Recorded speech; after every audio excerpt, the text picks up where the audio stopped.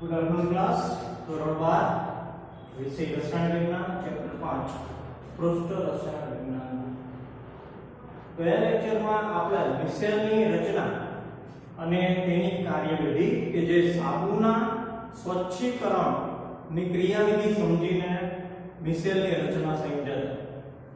હવે એના પછીનો ટોપિક છે કલીલની બનાવટ. તમને બધાને ખબર છે સાબુ છે તે ફેટી એસિડનો સોડિયમ અથવા પોટેશિયમ ક્ષાર છે. ફેટી એસિડ એટલે એક પ્રકારનું વનસ્પતિ તેલ પણ લઈ શકાય અને પ્રાણી ચરબી પણ લઈ શકાય.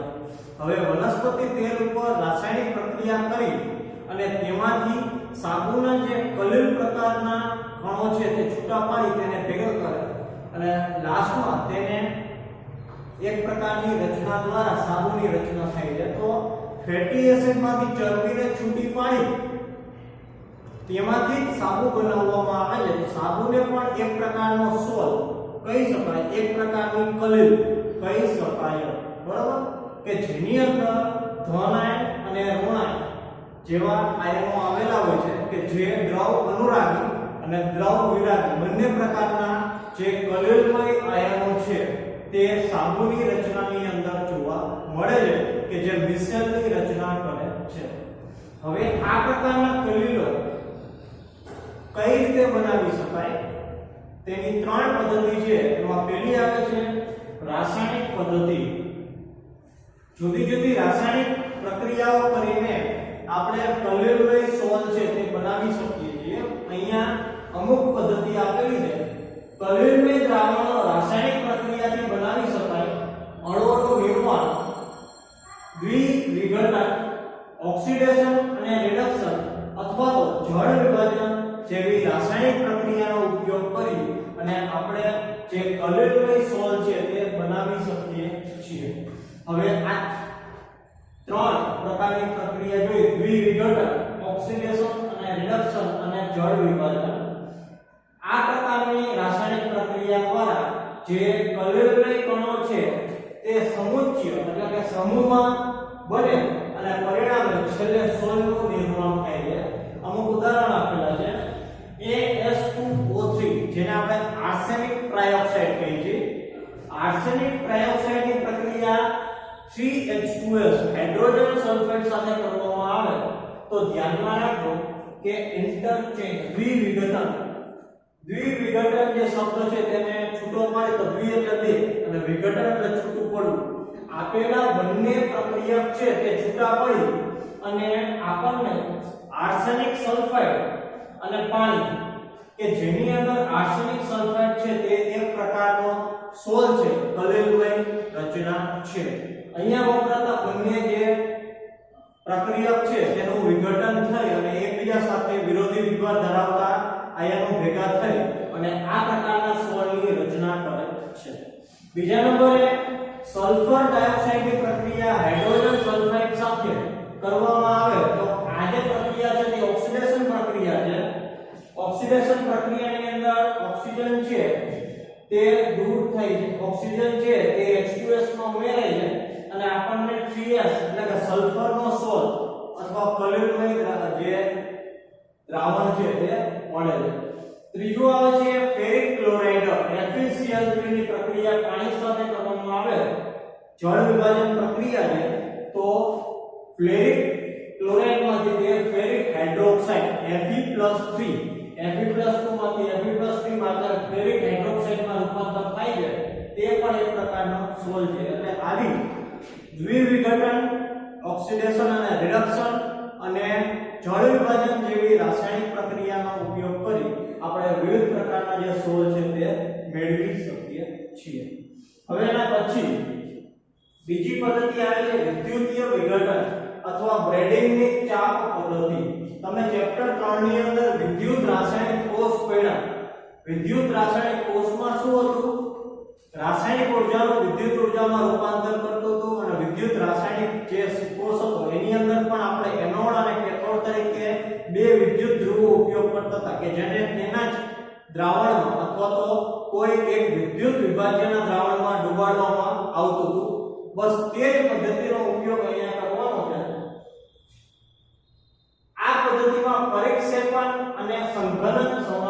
સમાવિષ્ટ છે. આ બંને પ્રકારની પ્રક્રિયા છે તે આ પ્રકારની વિદ્યુત વિઘટન પ્રક્રિયાની અંદર થાય છે. ધાતુના કલેલમય સોલ જેવા કે ગોલ્ડ, સિલ્વર, પ્લેટિનમ વગેરે આ પદ્ધતિથી બનાવી શકાય છે.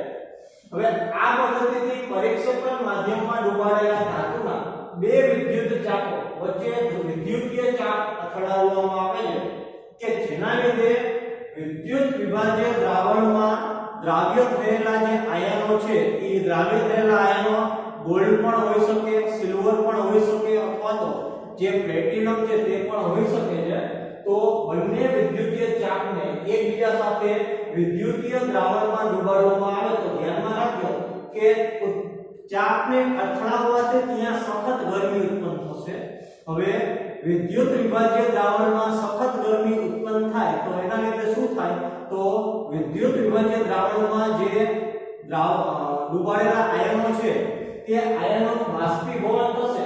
ધાતુનું બાષ્પાયન કરે છે જે પછીથી કલેલ કણમાં ફરી જાય અને કલેલની રચના કરે છે. તો આ પ્રકારનું એક માધ્યમ છે. આ માધ્યમ એક બીકરમાં વિદ્યુત વિભાજ્ય દ્રાવણ ભરેલું છે તેની અંદર બંને વિદ્યુત ચાપ ડુબાડવામાં આવેલી છે. બંને વિદ્યુત ચાપનું જોડાણ છે વિદ્યુતીય પરિપથ સાથે કરેલું છે. હવે વિચાર કરો કે બંને વિદ્યુત ચાપને દ્રાવણની અંદર ડુબાડવામાં આવે, બંનેને અથડાવવામાં આવે કે જેનાથી એક વિદ્યુતીય ગરમી ઉત્પન્ન થાય અને વિદ્યુતીય વિભાજ્ય દ્રાવણમાં રહેલા જે આયનો છે તેનું બાષ્પાયન થાય એટલે કે બાષ્પીભવનની પ્રક્રિયા થાય અને આપોઆપ થોડાક સમય પછી તેનું કલેલમાં રૂપાંતર થશે. તો આમ રેડિંગ ચાપની પદ્ધતિ વડે પણ આપણે ત્રણ પ્રકારના ગોલ્ડ, સિલ્વર અને પ્લેટિનમ જેવા કલેલમય સોલ છે તે મેળવી શકીએ છીએ. ત્રીજું આવે છે પ્રેક્ટિકરણ. તમે બધાએ ધોરણ 11 માં પ્રેક્ટિકલ કર્યા છે. એમાં ટેસ્ટની અંદર ઘણીવાર અવક્ષેપ જોવા મળે. અવક્ષેપ કોને કહેવાય હું તમને સમજાવું. હવે માટીવાળું પાણી હોય, હવે કાચના ગ્લાસમાં તમે માટીવાળું પાણી ભરો તો જે પાણીમાં છે ધૂળના કણો તમને તરતા દેખાશે, બરાબર, જે પાણીથી અલગ કરી આવશે. તો આ પ્રકારના માટીવાળા પાણીની અંદર જે પાણીમાં રહેલા ધૂળના કણો છે તેને અવક્ષેપ કહી શકાય. હવે આવા જે અવક્ષેપ છે તે ઘણી બધી રાસાયણિક પ્રક્રિયાની અંદર પણ તમને જોવા મળશે, બરાબર. લેબની અંદર ધોરણ 11 માં તમે પ્રેક્ટિકલ કર્યા છે એમાં અકાર્બનિક પદાર્થનું ગુણાત્મક પૃથ્થકરણ કરતા હતા. એમાં તમને ઘણા બધા ટેસ્ટ ટ્યુબની અંદર વિવિધ પ્રકારના જે અવક્ષેપો છે તે મળતા હતા. તો રાસાયણિક પદ્ધતિનો ઉપયોગ કરી અને પ્રેક્ટિકરણ અવક્ષેપને કલેલ કણોમાં રૂપાંતર કરવાનો પ્રક્રમ કે જેમાં અવક્ષેપને વિદ્યુત વિભાજ્યની અલ્પ પ્રમાણની હાજરીમાં પરીક્ષેપણ માધ્યમ સાથે હલાવવામાં આવે છે.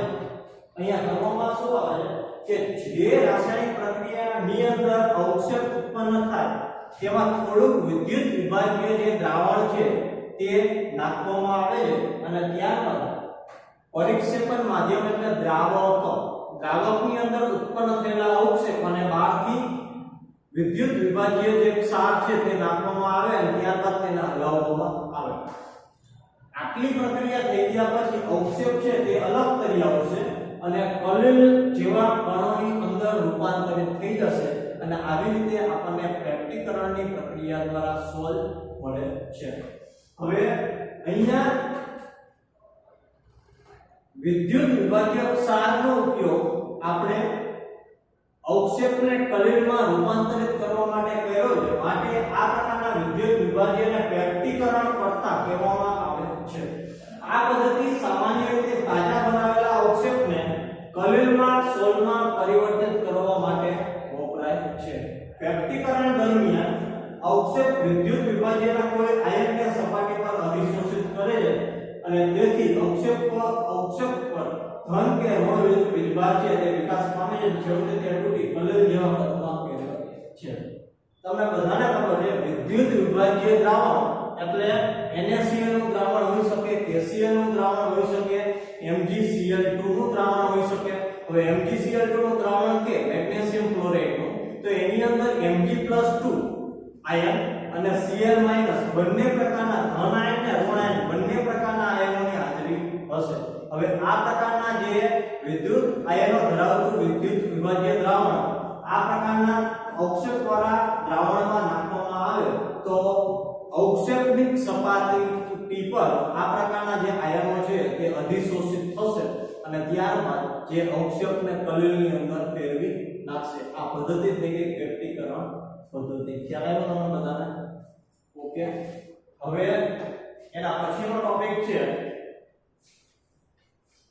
કલીલમય દ્રાવણનું શુદ્ધિકરણ કે જે હવે આ પરીક્ષામાં આ ટોપિક આવવાનો. એના પછીનું છે કલીલમય દ્રાવણના ગુણધર્મો.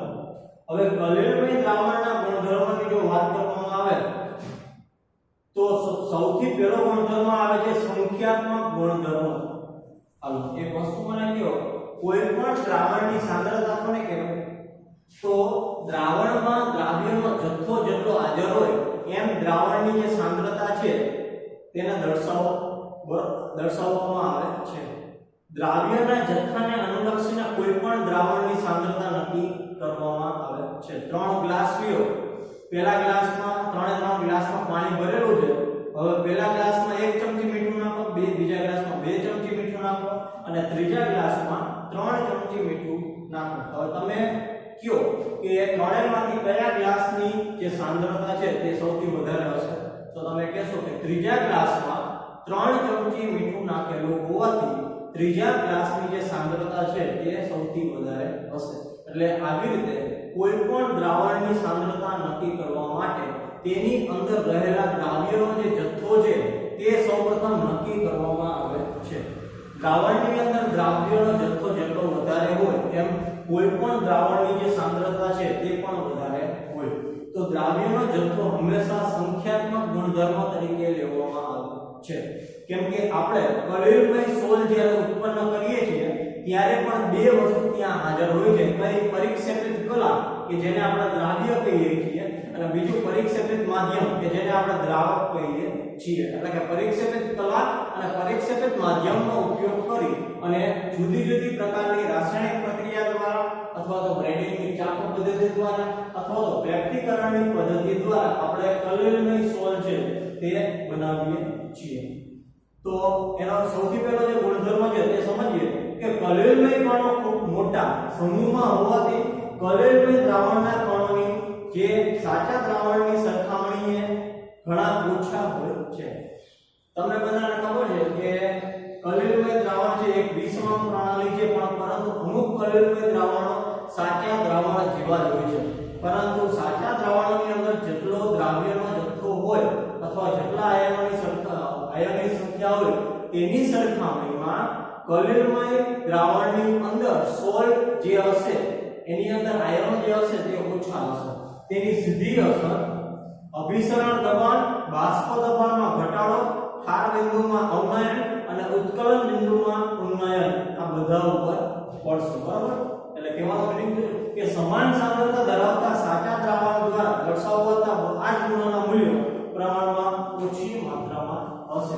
જો દ્રાવ્યનો જથ્થો ઓછો હોય, કલીલમય સોલનું પરિક્ષેપણ માધ્યમમાં પ્રમાણ ઓછું હોય તો આ દરેક પ્રકારના જે ગુણધર્મ છે એમ એની માત્રામાં પણ તમને ઘટાડો જોવા મળશે. બીજું આવે છે ટિન્ડલ અસર. હવે ટિન્ડલ અસર છે તે એક પ્રકારની જો સમાન દ્રાવણને અંધારામાં મૂકી અને પ્રકાશની દિશામાં અવલોકન કરવામાં આવે તો એના માટે સૌપ્રથમ મારે આકૃતિ દોરવી પડશે. એમને તમને ખ્યાલ આવશે નહીં. હવે આ પ્રકારનું એક બીકર લીધેલું છે, તેની અંદર કલીલમય દ્રાવણ ભરેલું છે. તમને બધાને ખબર છે કલીલમય દ્રાવણની અંદર જે કલીલ હોય છે તે તરતા હોય છે. હવે અહીંથી પ્રકાશનું એક ઉદ્ગમ સ્થાન છે, જે અહીંથી પ્રકાશ પસાર કરવામાં આવે છે અને અહીંથી માઇક્રોસ્કોપિક ઓબ્ઝર્વેશન કરવામાં આવે છે. બરાબર?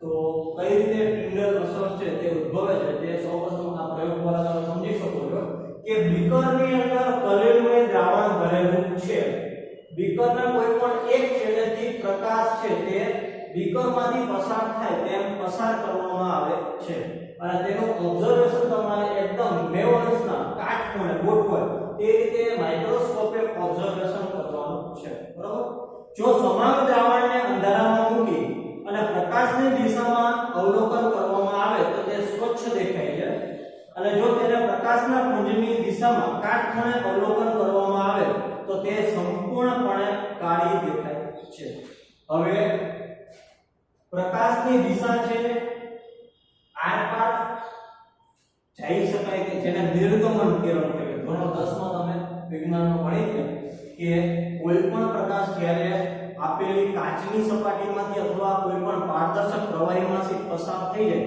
તેને વક્રીભૂત કિરણ અથવા નિર્ગમન કિરણ કહેવામાં આવે છે બરાબર તો પ્રકાશની અત્યારે દિશા જે છે એ સીધી દિશા છે હવે અહીંથી જોવામાં આવે તો અહીંયા જે દ્રાવણ હશે એ કેવું દેખાશે તો સ્વચ્છ દેખાશે પારદર્શક દેખાશે પરંતુ તેનું ઉપરથી 90 અંશના ખૂણે ઓબ્ઝર્વેશન કરવામાં આવે તો ધ્યાનમાં રાખજો કે ઉપરની જે સપાટી છે તે કાળી દેખાશે હવે કલિલમય દ્રાવણનું આ રીતે જો અવલોકન કરવામાં આવે તો પ્રેક્ષિત પ્રકાશ વડે પસાર થતા કિરણના આ કાટખૂણે જોતા લગભગ સ્વચ્છ અથવા પારદર્શક જણાય છે પરંતુ તે મંદથી તીવ્ર દુર્દિત હોય તેવું લાગે છે એટલે પુંજનો માર્ગ વાદળી પ્રકાશથી પ્રદીપ્ત થાય છે અને આ અસર સૌપ્રથમ ફેરાડે અને ત્યારબાદ ટિન્ડલે વિગતવાર દર્શાવેલી હતી અને માટે આ જે ઇફેક્ટ છે તેને ટિન્ડલ અસર કહેવામાં આવે છે અને આ શંકુને ટિન્ડલ શંકુ કહેવામાં આવે છે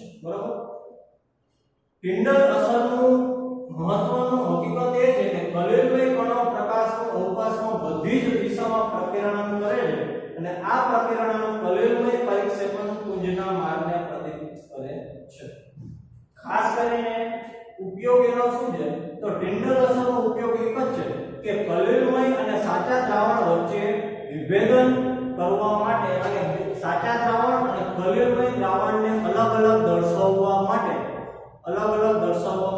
ટિન્ડલ અસર પદ્ધતિનો ઉપયોગ કરવામાં આવે છે હવે તમને પ્રકિરણની વાત કરી છે તો એક વસ્તુ ધ્યાનમાં રાખજો કે જે કલિલમય દ્રાવણ છે તે એક પ્રકારની વિષમમ પ્રણાલી છે એટલે કે કલિલમય દ્રાવણની અંદર આમ કલિલના જે કણો છે ધરતા હોય હવે પ્રકાશ પસાર કરવામાં આવે તો ધ્યાનમાં રાખજો કે કલિલની સપાટી સાથે પ્રકાશ છે તે અથડાશે અને પ્રકાશનું વિખેરણ થઈ જશે ચારે દિશામાં તો આ જે વિખેરણ થવાની ઘટના છે તે કલિલના દરેક કણ સાથે પ્રકાશ અથડાવાથી પ્રકાશનું વિખેરણ થવાની ઘટના જેને પ્રકિરણની ઘટના કહેવામાં આવે છે તે બને છે અને આના દ્વારા આપણે ચોક્કસ કલિલમય દ્રાવણ છે કે સાચું દ્રાવણ છે તે નક્કી કરી શકીએ છીએ એક ઉદાહરણ આપું કે મીઠાનું દ્રાવણ હોય તો મીઠાના દ્રાવણમાં તમને જે કણો છે કે આયનો છે તે તરતા દેખાશે નહીં પરંતુ કલિલમય જે